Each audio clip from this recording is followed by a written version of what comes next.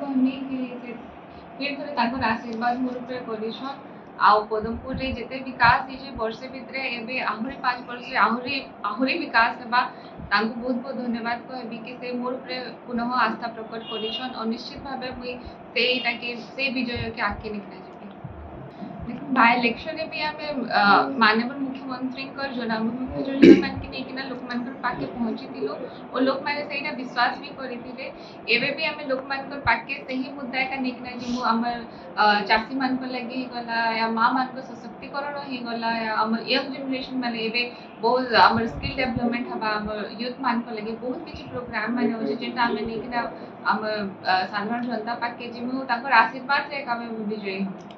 पदमपुर जिल्लार सेटा आपण माने भी जानि छने हाई कोर्ट रे स्टे ऑर्डर होचे एबे हमर भी स्टेट गवर्नमेंट आरो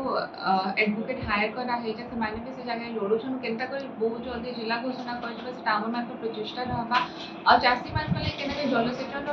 एबे आपण माने जानबे मोहुलपाली रे गुटे वाटर रिजर्वर बनुछ से जे हमर पदमपुर पीबा पानी संगे संगे चासी मान भी बहुत उपकृत हे पाबे आ एबे मांडिया डिपारे 104 कोटी टंकार प्रोजेक्ट रो गुटे सैंक्शन हे जेटा बहुत जल्दी काम स्टार्ट हबा एथिरे हमर पाइक माल और झारखंड रो चासी माने बहुत उपकृत हे पाबे।